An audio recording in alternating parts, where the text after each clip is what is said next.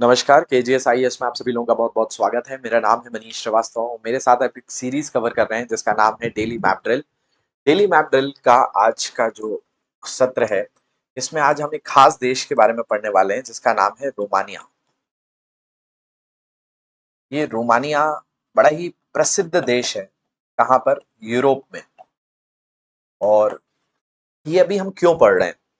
तो देखिए, इस सेशन में मैं मोस्टली उन टॉपिक्स को लेता हूँ जो कभी ना कभी, किसी ना किसी तरीके से वर्तमान में चर्चा में रहते हैं। देखिए, हमारी भारत की राष्ट्रपति हैं द्रौपदी मुर्मू जी, जो संथाल जनजाति से आती हैं। एक एक ट्राइबल प्रेसिडेंट है इंडिया की। अभी रिसेंटली यूरोप के 3 देशों की यात्रा पे गई थी, जिसमें मोल्डोवा गई थी, मैसेडोनिया गई थी और रोमानिया भी गई थी। तो इसीलिए आज हमने जो टॉपिक लिया है वो रोमानिया के बारे में हम चर्चा करेंगे।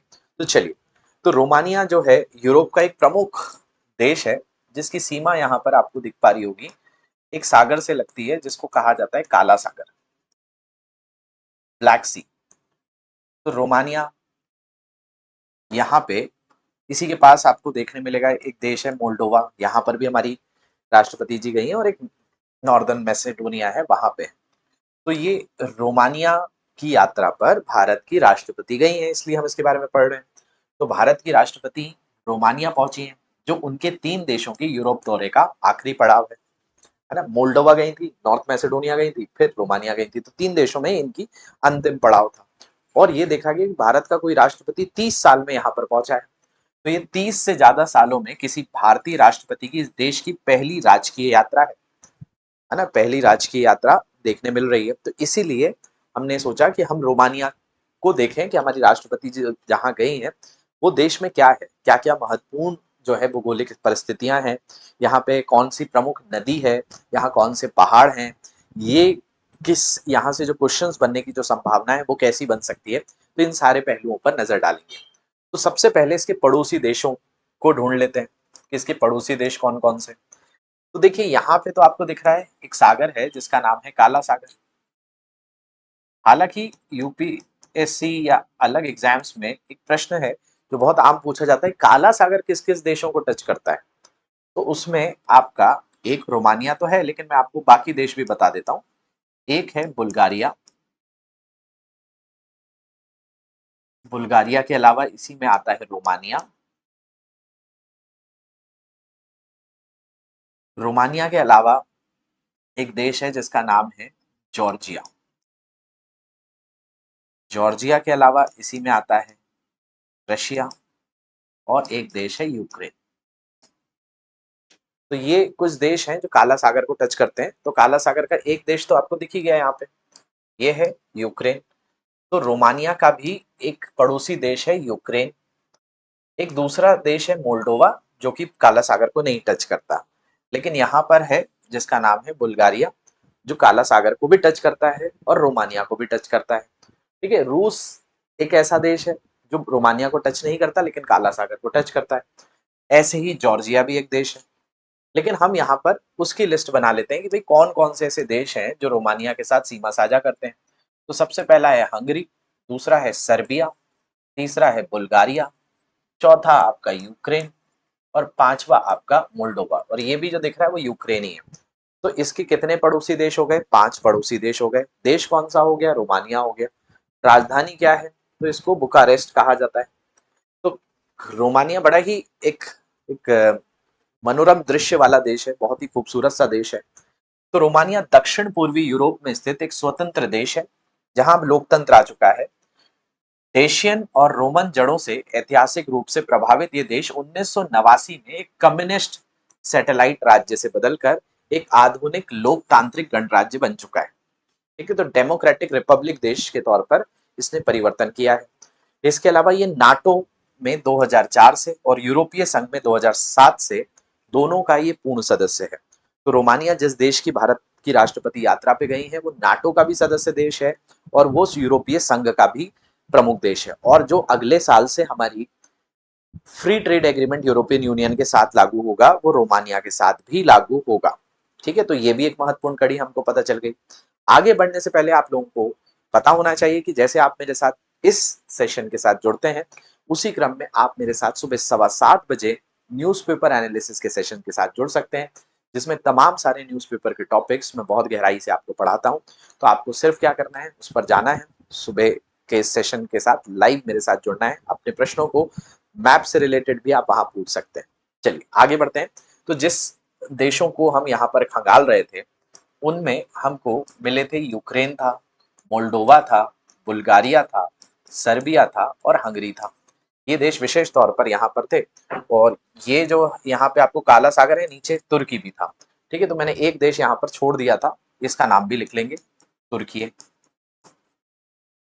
तो ये सारे देश आ जाते हैं, Ukraine, Bulgaria, Romania, Georgia, Russia, तुर्की। चलिए अब यहाँ पे तो हम जिस विषय के बारे में बात कर रहे हैं उसके पड़ोसी देश हमने ढूंढ भी लिए थे। तो उस हिसाब से इसकी राजधानी जो है बुखारेस्ट है। ये देश का सबसे बड़ा आर्थिक और सांस्कृतिक केंद्र भी है ना। हमारी राष्ट्रपति भी गई हैं। इसके अलावा पड़ोसी देश क्या है, तो दक्षिण पूर्वी यूरोप में ट्रांसवेलियन बेसिन और डेन्यूब नदी के डेल्टा के पास स्थित रोमानिया की सीमाएं 5 देशों और एक बड़े समुद्र से मिलती है, जिसमें मैंने आपको बताया Ukraine, Moldova, Bulgaria, Serbia, Hungary और बड़ा जो सागर है वो है कौन सा, काला सागर के साथ सीमा साझा करते हैं। जैसे भारत के संदर्भ में बोला जाए तो अरब सागर से भी है, हम हिंद महासागर से भी है, बंगाल की खाड़ी से भी है। उसी क्रम में रोमानिया किसके साथ सीमा साझा करता है, तो काला सागर के साथ सीमा साझा करता है। और देश में ऊपर यूक्रेन है, उसी के साथ लगा हुआ रोमानिया है, हंगरी, सर्बिया और बुल्गारिया, ये 5 देश और काला सागर आ जाता है। इसके अलावा अगर हम बात करें तो यहाँ पे एक बड़े ही फेमस पर्वत श्रृंखलाएं जिनको कार्पेथियन पर्वत श्रृंखला कहते हैं, जिसका लगभग 50% हिस्सा कहाँ है, रोमानिया में, 10% हिस्सा है यूक्रेन में और 10% है पोलैंड में, बाकी है 3% चेक रिपब्लिक में, 17% स्लोवाकिया में और 4% आपका हंगरी में और 5% सर्बिया में। लेकिन सबसे बड़ा जो ये श्रृंखला है ये कहाँ फैला हुआ है, आपको दिख रहा होगा, रोमानिया, फिर ये यूक्रेन है, इस तरफ थोड़ा हंगरी भी दिख रहा है आपको, है ना, हंगरी में भी आ जाता है। इसके अलावा स्लोवाकिया, चेक रिपब्लिक, पोलैंड, इन सब में ये फैला हुआ है। तो इसके बारे में थोड़ी चर्चा कर लेते हैं। तो इसकी भौगोलिक स्थितियों में एक जैसी बनावट, इसे लगभग 3 हिस्सों में बांटा जा सकता है। एक तिहाई में इसमें क्या है, पहाड़ है, कार्पेथियन, एक तिहाई में पहाड़ी या ऊंचे मैदानी इलाके हैं जिनको टेबल लैंड कहा जाता है, और एक तिहाई उपजाऊ निचले इलाके हैं, मैदान। तो इस तरीके से आप रोमानिया को 3 बड़े बड़े हिस्सों में बांट दोगे। इसके अलावा जो कार्पेथियन पर्वत श्रृंखला है जो मैंने आपको बताई, लगभग 50% कहाँ आती है, रोमानिया में आती है। ये एक अर्धचंद्राकार आकार बनाती है, जिसमें शामिल क्या है, पूर्वी कार्पेथियन, ये ज्वालामुखी, शंकु, खनिज, झरने, तांबे शीशे के भंडार के लिए जाने जाते हैं। इसके अलावा जो दक्षिणी कार्पेथियन है, जिसको ट्रांसवेलियन अल्प्स कहा जाता है, यह रोमानिया की सबसे ऊंची चोटी माउंट मोल्डोवेनु है, जिसकी ऊंचाई कितनी है, 2544 मीटर। और डेन्यूब नदी के किनारे खूबसूरत आयरन गेट घाटी जॉर्ज मौजूद है, जो उसके बड़े ही मनोरम दृश्यों को बनाता है ना। वैसे तो ये नदी आप देखोगे तो डेन्यूब नदी यूरोप के कई देशों से होकर गुजरती है, लेकिन आखिरी में कहाँ जाती है, काला सागर में जाती है। और काला सागर में ये निकलने में कहीं ना कहीं किससे जुड़ी हुई है, तो विशेष तौर पर रोमानिया से जुड़ी हुई है। तो अगर हम इसकी भौगोलिक स्थितियों में बात करें तो ट्रांसवेलियन बेसिन और ऊंचे मैदानी इलाके हैं। ये देश का ऊंचाई वाला मुख्य इलाका है, जो लहरदार पठारों और सब कार्पेथियन पहाड़ियों से क्या है, घिरा हुआ है। उपजाऊ चेरनोजेम मैदान है, जैसे हमने कहा इसमें कुछ टेबल लैंड है, कुछ पहाड़ है तो कार्पेथियन है, ऐसे ही कुछ उपजाऊ मैदान भी है। तो इसी को दक्षिण वालचियन मैदान कहते हैं। और पश्चिम मैदान हामुस से भरपूर काली मिट्टी चेरनोजेम से ढके हुए हैं, जिससे ये देश अनाज के उत्पादन का एक बड़ा केंद्र क्या है, बन गया है। इसके अलावा सबसे महत्वपूर्ण यहाँ का एक डेल्टा है, जिसका नाम क्या है, डेन्यूब डेल्टा। ये यूनेस्को की क्या है, विश्व धरोहर स्थल है। जैसे आप सुंदरबन के नाम सुनते हो, ऐसे ये भी है डेन्यूब डेल्टा, जो वहां स्थित है जहां डेन्यूब नदी काला सागर में मिलती है। और ये यूरोप का दूसरा सबसे बड़ा नदी डेल्टा और एक महत्वपूर्ण वेटलैंड बायोस्फीयर भी है, यानी जैव मंडल भी है, जो यहाँ पर देखने मिलता है।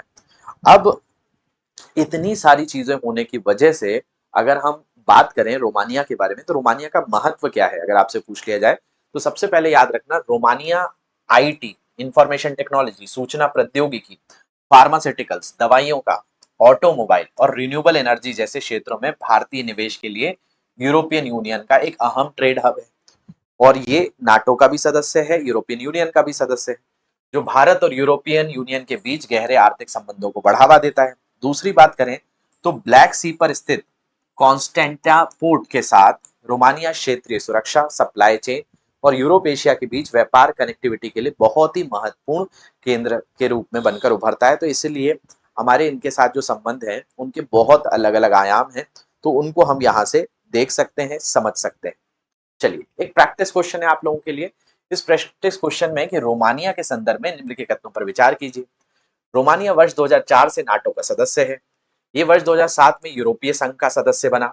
इसकी सीमा काला सागर से लगती है। डैन्यूब डेल्टा, जहां डैन्यूब नदी काला सागर में गिरती है, यूनेस्को विश्व धरोहर स्थल है। उपयुक्त में से कितने कथन सही हैं? एक और दो, दो तीन चार, एक तीन चार, या फिर एक दो तीन चार। तो बहुत अच्छे से मैंने सारी चीजें बताई हैं। तो आपको क्या करना है, बस आंसर इसका कमेंट सेक्शन में देना है और मुझे बताना भी है ये सीरीज आपको कैसी लग रही है। अगर अच्छी लग रही है तो शेयर जरूर करिए। बाकी यूपीएससी 2027 के प्रीलिम्स और मेंस का फाउंडेशन बैच ऑफलाइन सेगमेंट में इंग्लिश मीडियम के स्टूडेंट्स के लिए करोल बाग दिल्ली से शुरू हो रहा है। इनमें जो स्टूडेंट्स अवेल करना चाहते हैं वो 17 अगस्त से इस बैच का हिस्सा बन सकते हैं। तो आपको अधिक जानकारी के लिए कुछ नंबर्स हैं, उन पर आप कांटेक्ट कर सकते हैं, इसको आप स्कैन कर सकते हैं। तो आशा करता हूँ आज के सेशन से आपने कुछ नया जाना होगा, कुछ नया सीखा होगा। मिलूंगा आप आपसे अगले सत्र में, तब तक के लिए ध्यान रखिए। Thank you very much for watching this. Have a great day to everyone.